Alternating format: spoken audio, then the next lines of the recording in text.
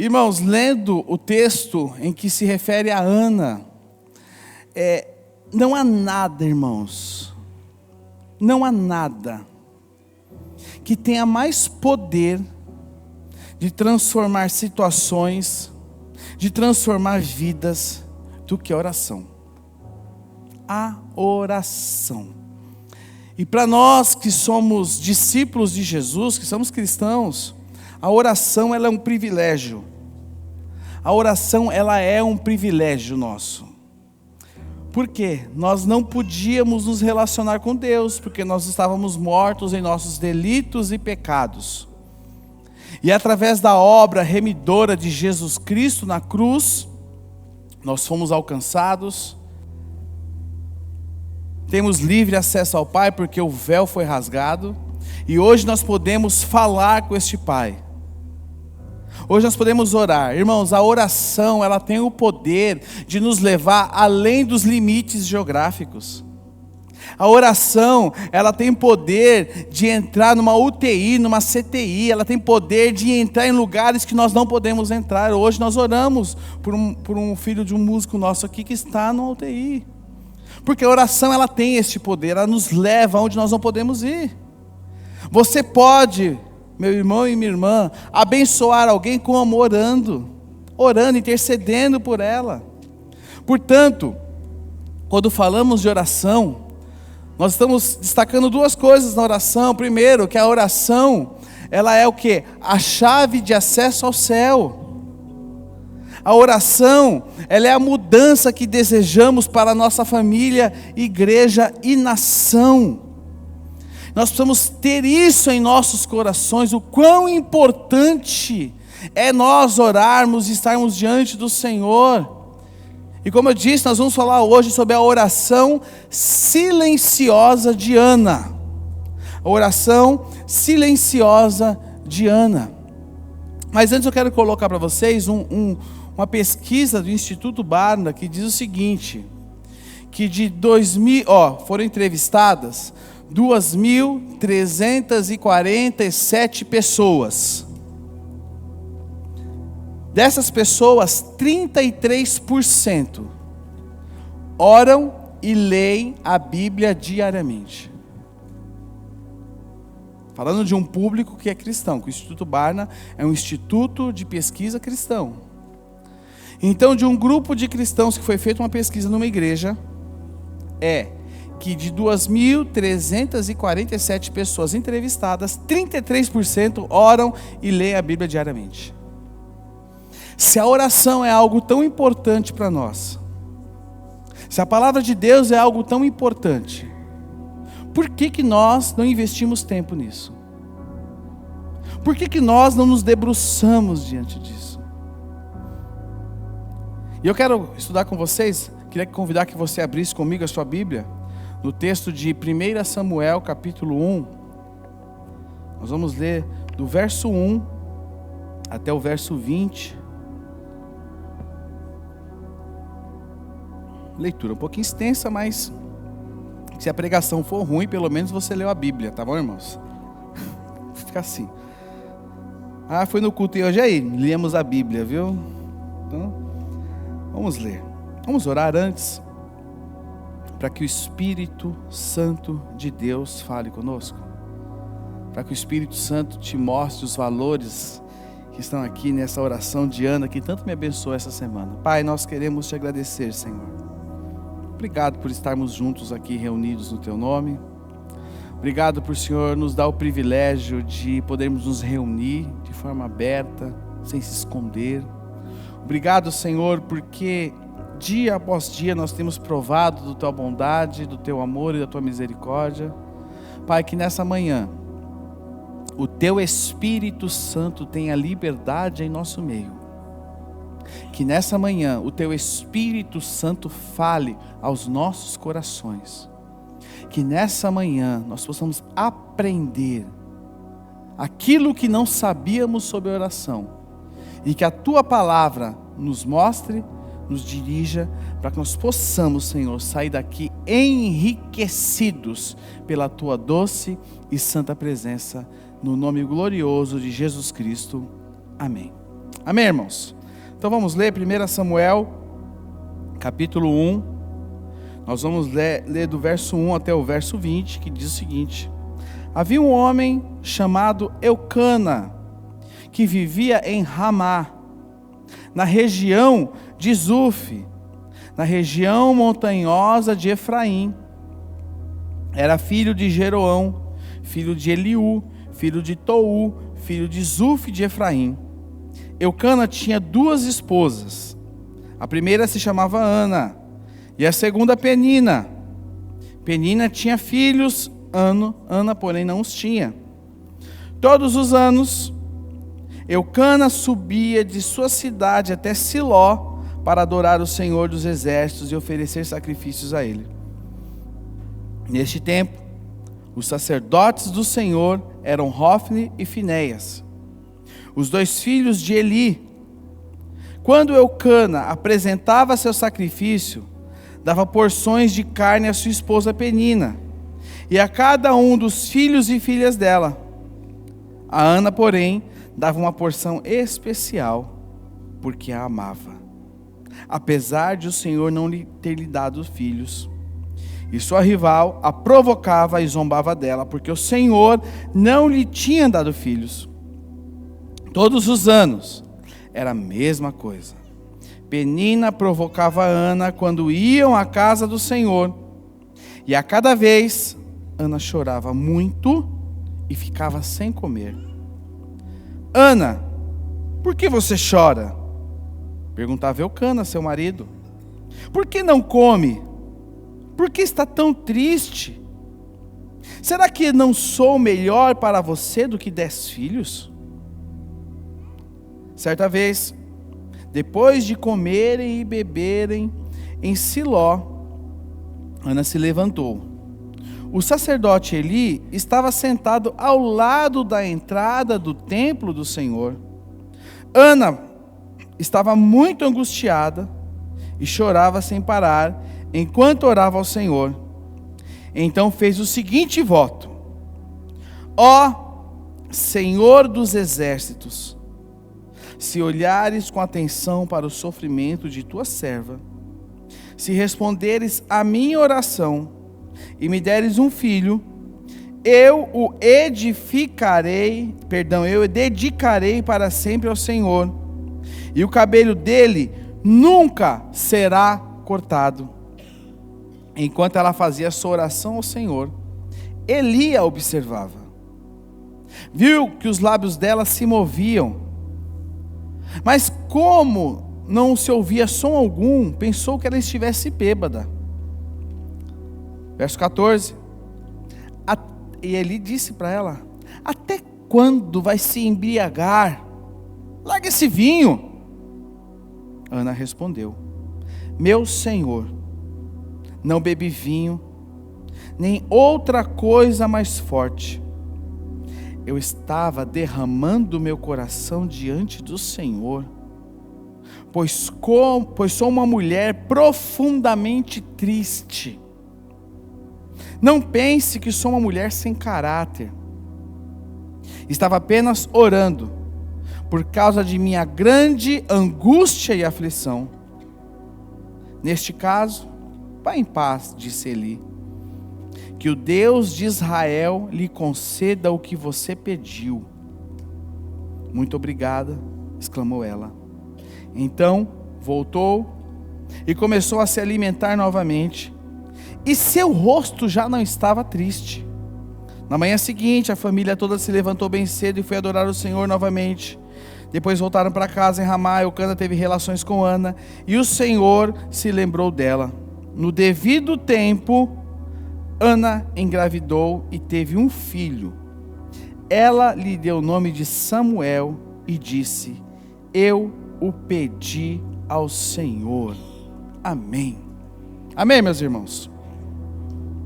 O texto, ele começa falando para mim e para você do sofrimento dessa mulher.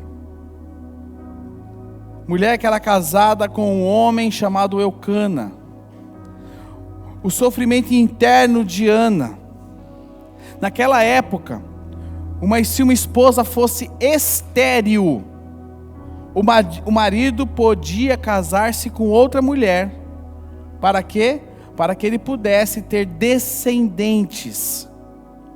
E foi o que Eucana fez. Ele casou-se com uma mulher chamada Penina.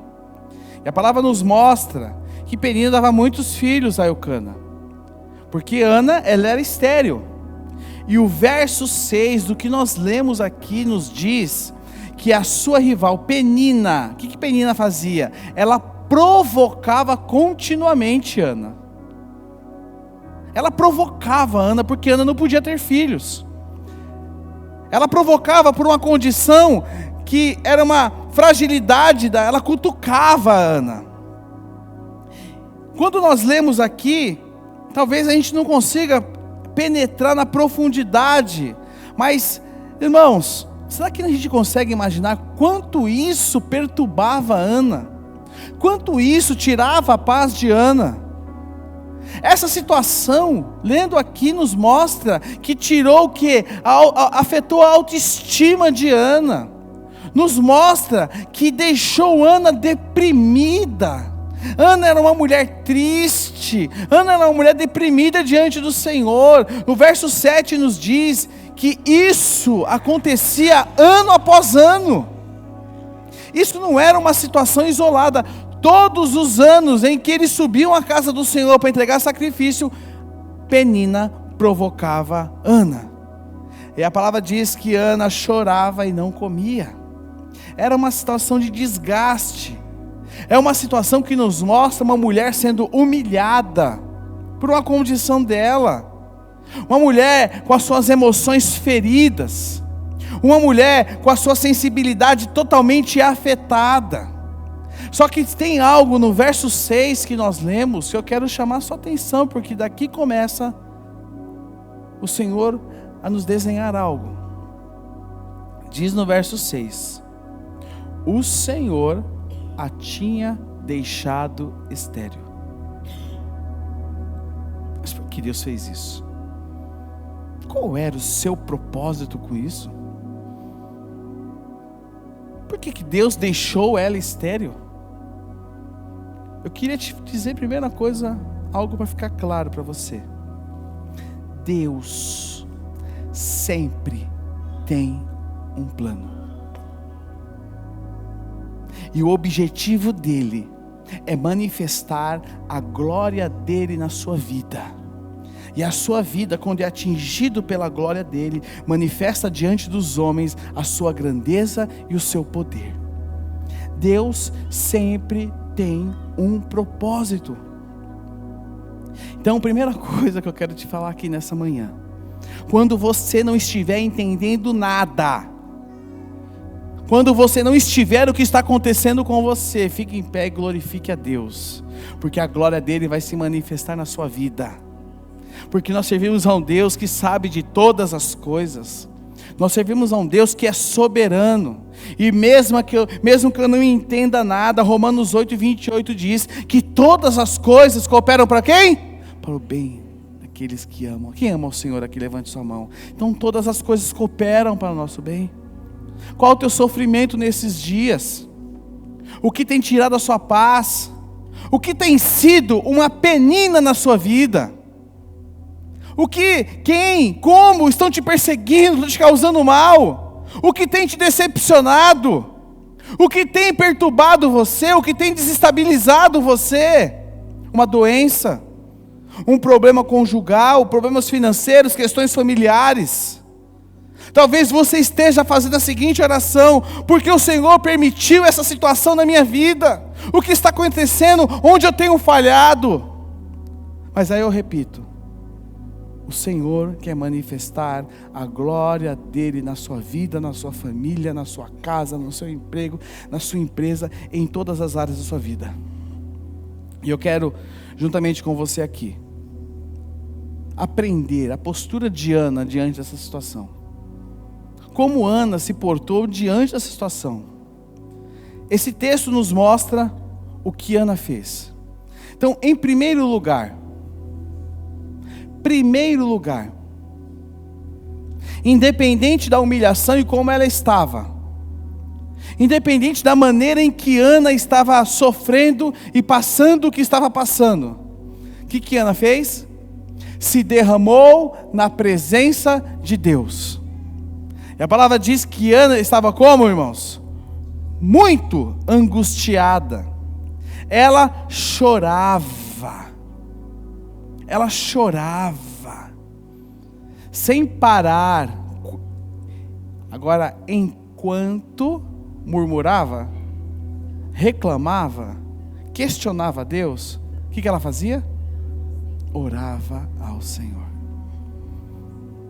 Ana estava cansada, esgotada, deprimida. Ana não aguentava mais aquela situação. Mas mesmo assim, ela estava de joelhos diante do Senhor. E o texto diz no verso 10 aqui que nós lemos, que Ana chorou. Ela estava angustiada, ela chorou muito diante do Senhor, mas mesmo diante desse choro, ela estava orando. Como você está hoje? Como você está hoje? Sabe, irmãos, essa mensagem de hoje, ela nos faz olhar para nós. Todas as vezes que eu ouvir uma mensagem, quero te ensinar algo. Todas as vezes que você ouvir uma mensagem, olhe para você. Não se lembre, porque, nossa, meu amigo, meu vizinho, meu papagaio está passando por... Não. Todas as vezes que você estiver num ambiente como esse, olhe para você. Como você está? O verso 15 nos diz que ela estava derramando. Ana derramava. Ela derramava o coração dela diante do Senhor. Ana derramava a alma dela diante do Senhor. Ana se derramava. Ela levou tudo aquilo à presença de Deus.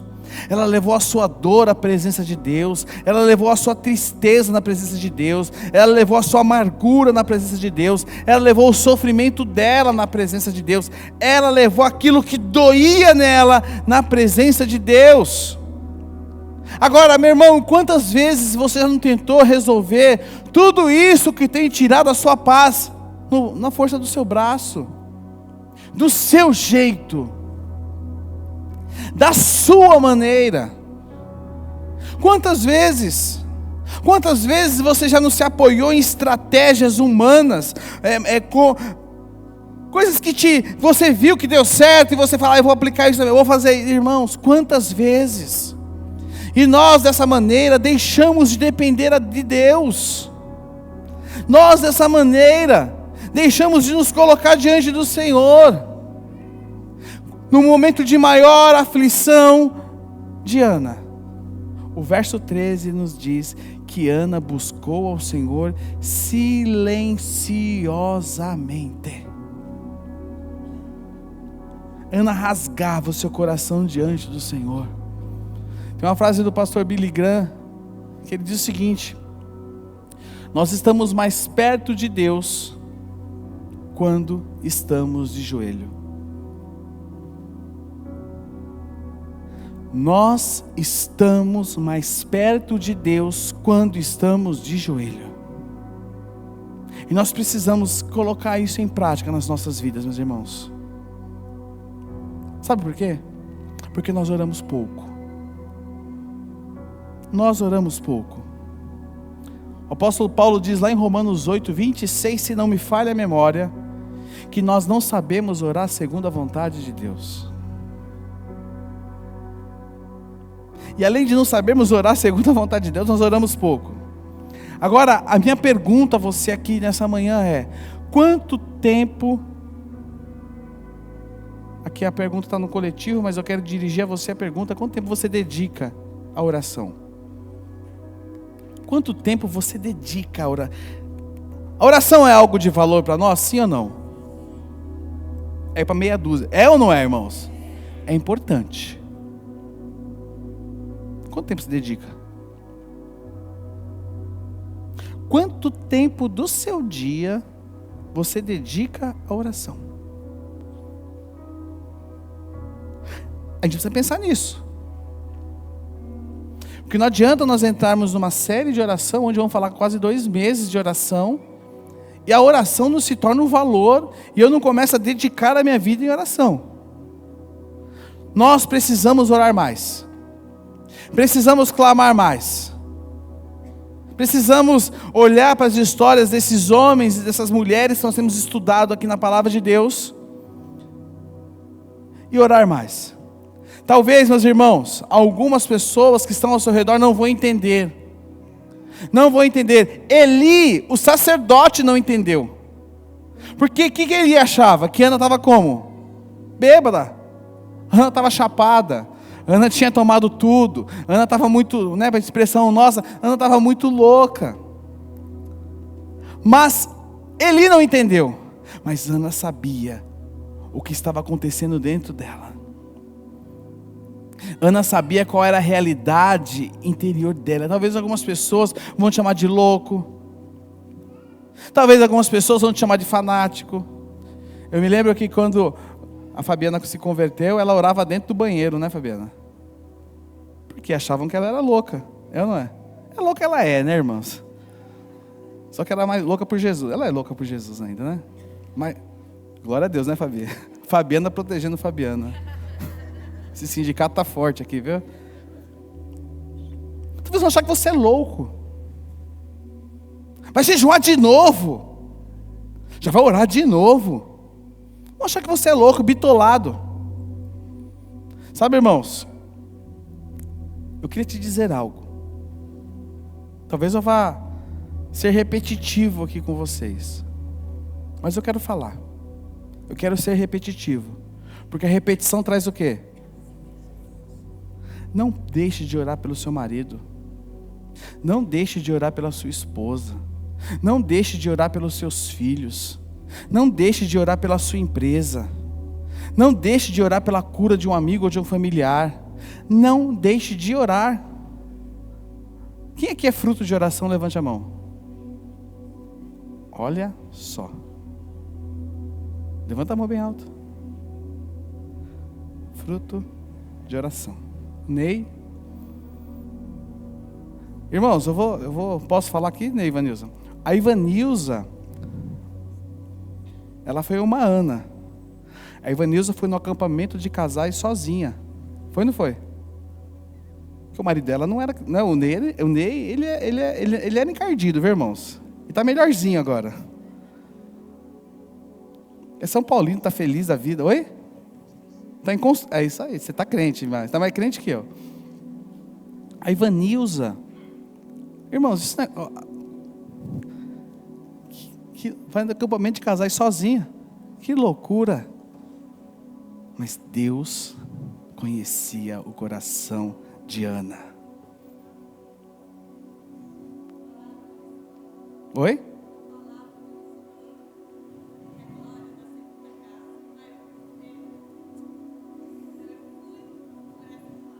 Olha, tá vendo?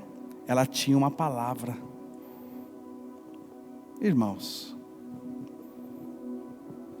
o que você tem feito? Se quiser saber mais da história, pergunta para a Ivanilza. Ela vai te contar o processo. E, Deus usou eles poderosamente para ganhar outros casais. Foi ou não foi? Que estão aqui até hoje conosco. Sabe por quê? Porque Deus manifestou a glória dele ali. E aí todos que viram a glória do Senhor foram tocados por ela.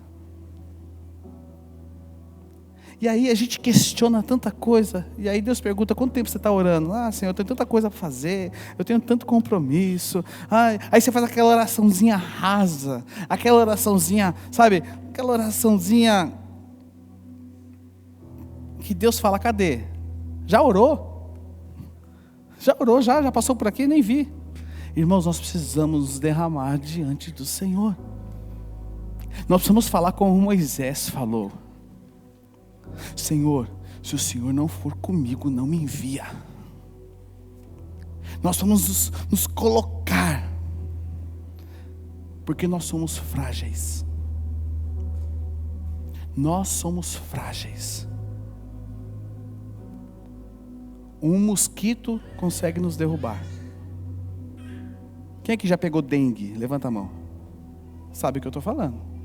Quem é que pegou Covid? Você sabe o que eu estou falando. Marcelo pegou, acho que quantas vezes você pegou mais? Pegou várias vezes já. Acho que o vírus pegou o Marcelo na realidade, né? Irmão, nós somos frágeis. Nós somos frágeis. Nós não sabemos nada. Nós não temos força. Se o Senhor não nos sustentar, nós não temos nada. E nós achamos que dependemos da nossa força. E aí a gente fala, eu queria tanto que Deus operasse nos meus sentimentos, Deus me curasse, Deus fizesse, Deus operasse, Deus levantasse. Aí a pergunta é, você depende, o que você tem feito para isso?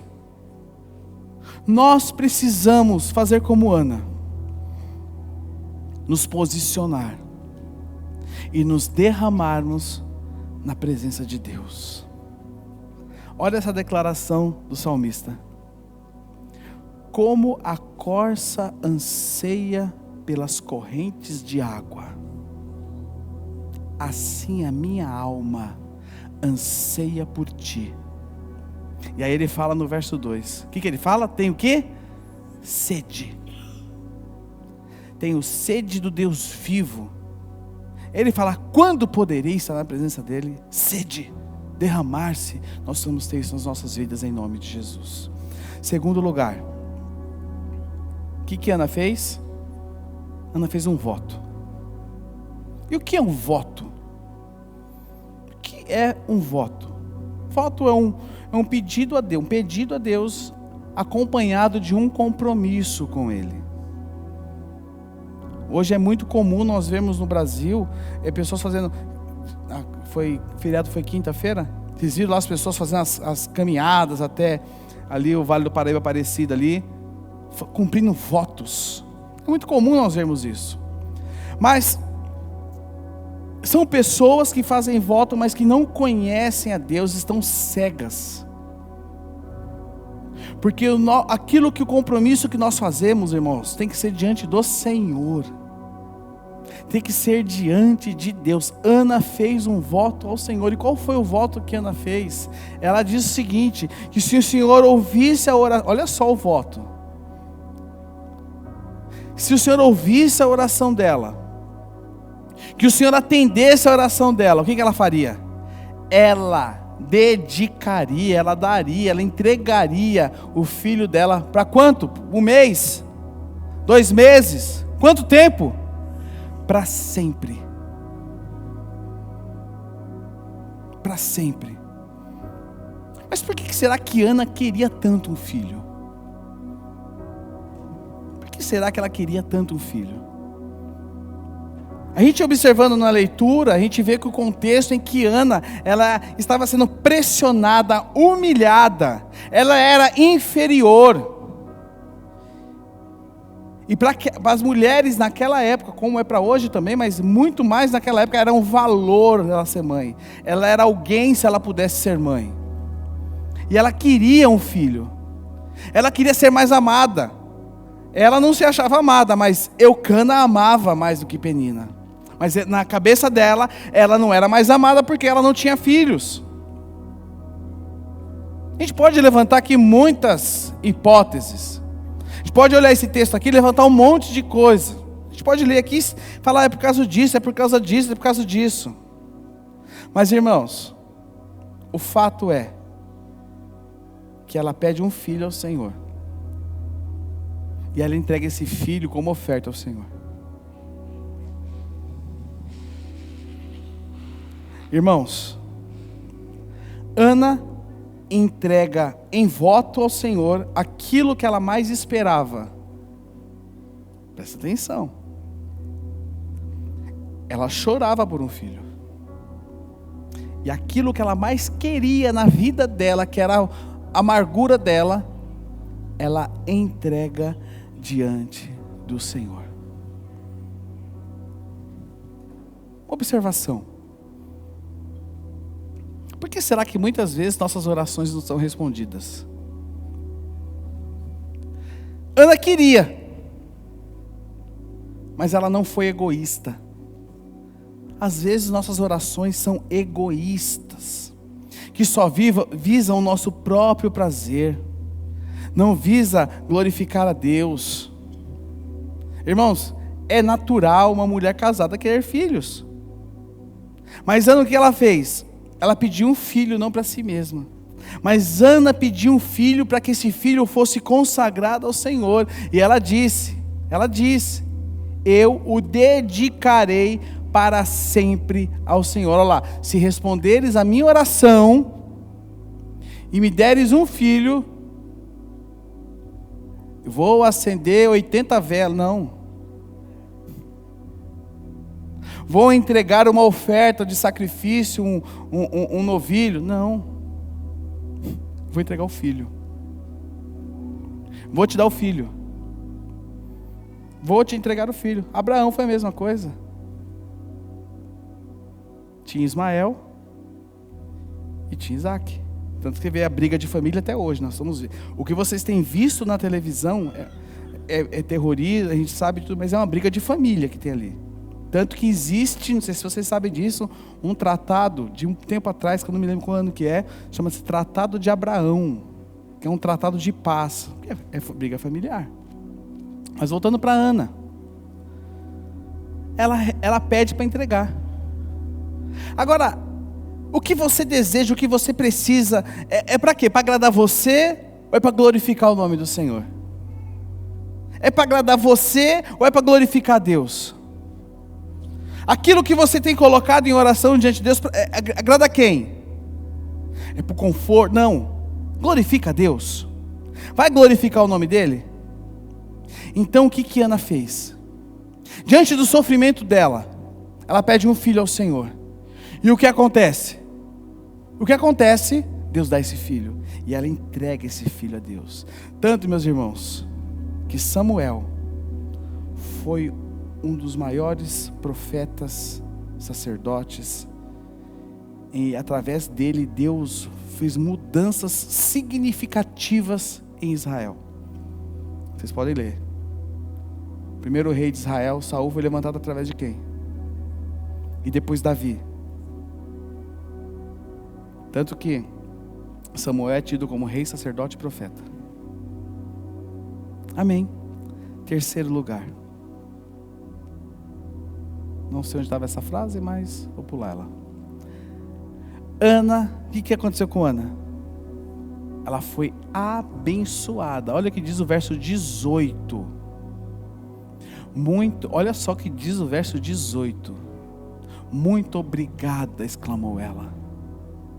Então Ana voltou. E o que aconteceu com ela? Ela já tinha ganhado neném aqui já ou não? Samuel já tinha nascido? Ela não tinha nem se deitado com o marido dela ainda. Mas quando ela acabou de orar, acabou de falar com o profeta, com Eli, acabou daquela situação, acabou de fazer o voto, acabou de se colocar diante de Deus, ela fala, muito obrigada, exclamou ela. Então Ana voltou e começou a se alimentar novamente, e seu rosto já não estava triste. Meu irmão, olha o que a oração faz.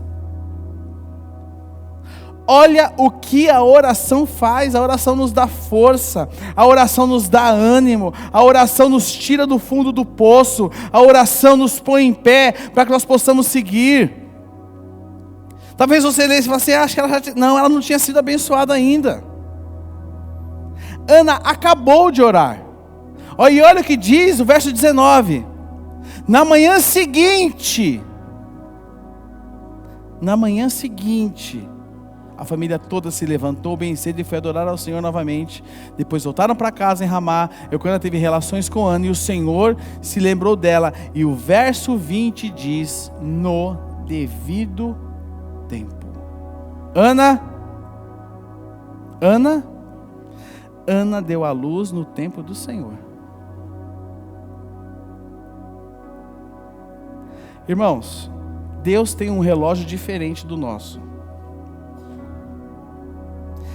E nós muitas vezes achamos que Deus tem que fazer as coisas do nosso tempo, do nosso jeito, da nossa maneira. Porque, aliás, eu preciso. Está doendo em mim.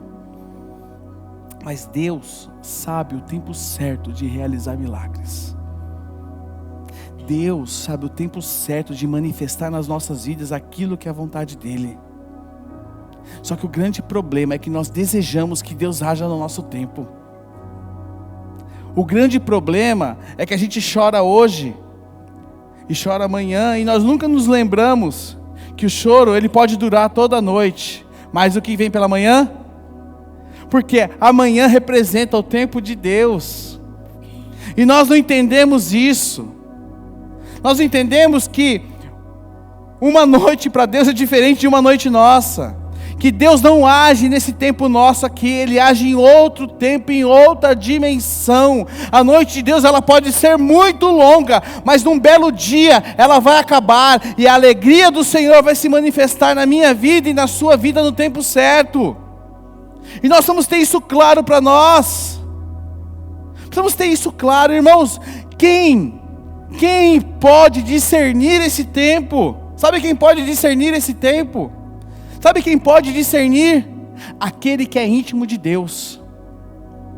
Porque quando Ana saiu da sua oração, ela pediu, colocou diante do Senhor, fez o seu voto, e a partir dali ela estava entregue ao tempo de Deus. Talvez você hoje aqui esteja entregue ao tempo de Deus, à maneira de Deus, só que você está tentando colocar a maneira de Deus dentro da sua maneira. E aí o que acontece, irmãos? Eu tenho uma definição só para mim e para você que agimos assim. Nós somos tontos, porque a gente fica que nem, né? Deus tem que fazer, eu vou fazer aqui, eu vou ouvir fulano, porque eu ouvi o pastor fulano, porque eu vi na internet, porque veio a palavra X, porque veio a palavra Y, porque o pastorzinho lá fala diferente, não sei o que. A gente corre atrás de profeta, a gente corre atrás de pastor, a gente corre atrás de tudo, tentando o quê? Manipular o relógio de Deus. Só que Deus age diferente. Deus age no tempo dele. Ninguém pode alterar o tempo de Deus.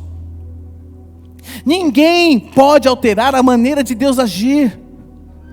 E a palavra nos diz que a porta que Ele abre, ninguém, e a que Ele fecha, precisamos entender isso. E às vezes a nossa oração é questionando a Deus, por quê? Por que fechou? Por que... Nós precisamos entender, precisamos ter o coração aberto. E aí, Deus vai agir na sua vida, amém? E entenda, que tudo o que você recebe de Deus, não é por seu mérito, mas é por graça dEle. O que é graça? Favor imerecido. Graça é Deus fazendo tudo por quem nada merece. Isso é graça. Não adianta você exigir, reivindicar, porque eu vou reivindicar diante. Não, irmão. Sindicato com Deus não funciona não, viu? Você não tem que reivindicar nada. Não tem que reivindicar nada. Sabe por quê? Porque o Senhor é um Deus gracioso, que nos abençoa sem nós merecermos. Nós não podemos exigir nada. Ana entendeu isso. Ana entendeu isso. Sabe o que aconteceu? Samuel nasceu. Samuel nasceu. O que Ana fez com Samuel? Ele disse: Senhor, ele é nazireu, ele é do Senhor, ele não é meu. Ele não é meu. E sabe o que aconteceu depois? Samuel se tornou um dos maiores homens da história de Israel. E Ana teve mais filhos. Esse é o Deus que eu creio. Esse é o Deus que eu confio. Esse é o seu Deus. prazer, Ele é o seu Deus. Prazer, sou seu Deus, eu quero cuidar de você. Será que você confia em Deus realmente, meu irmão? Será que você realmente confia em Deus? O pessoal do louvor pode subir, para nós pensarmos aqui. Não há tristeza, presta atenção nisso. Isso é uma afirmação. Não há tristeza para quem derrama o coração diante do Senhor. Não há tristeza para quem derrama o coração diante do Senhor. Sabe por quê? Porque Deus sempre se lembrará de você. E no tempo dele, Ele vai manifestar a boa mão dele sobre a sua vida em nome de Jesus. Segundo lugar,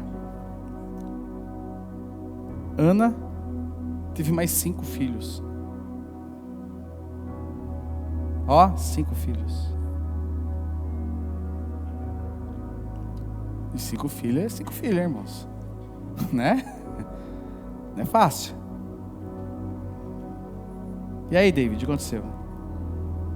Ela cumpriu aquilo que ela falou diante do Senhor. Ela confiou no Senhor. E o Senhor mudou a história daquela mulher. Sabe por quê? Sabe por que Deus mudou a história daquela mulher? Porque Deus sempre faz muito além daquilo que pedimos ou pensamos. Vanilza, quando você orava pelo seu marido, você orava para ele se converter, né? Para ele aceitar Jesus, não era? Para ele largar a mão de ser encardido, né? Até um líder hoje, serve no diaconato. Está aqui. Sabe por quê? Porque Deus sempre faz muito além daquilo que pedimos ou pensamos. Talvez você esteja aqui hoje, você é fruto de oração. Para você estar aqui custou lágrima, oração, entrega. E vai ser assim na sua casa, na sua família também, em nome de Jesus. Na sua casa vão se levantar profetas do Senhor. Na sua casa vão se levantar pastores, líderes. Na sua casa vão se levantar homens e mulheres que farão a diferença nessa nação, neste bairro, em nome de Jesus Cristo. Sabe por quê? Porque Deus sempre faz muito além daquilo que pedimos ou pensamos. Talvez você não esteja entendendo nada aqui, meu irmão. Talvez você esteja aqui em parafuso. Você fala assim: Jesus Cristo, e agora? Confie, né, Fabi? Confie. Terceiro lugar, talvez você esteja aqui hoje, ou me acompanhando de casa, vivendo os piores dias da sua vida. Talvez você nem esteja nem chorando aqui para não borrar a maquiagem.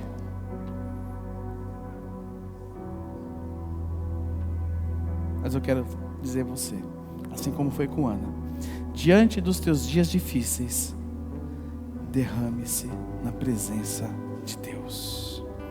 Salmo 30, verso 5 diz que o choro pode durar uma noite, mas quando a alegria vem, Karina, pelo amanhecer. Fique de pé no seu lugar, vamos orar.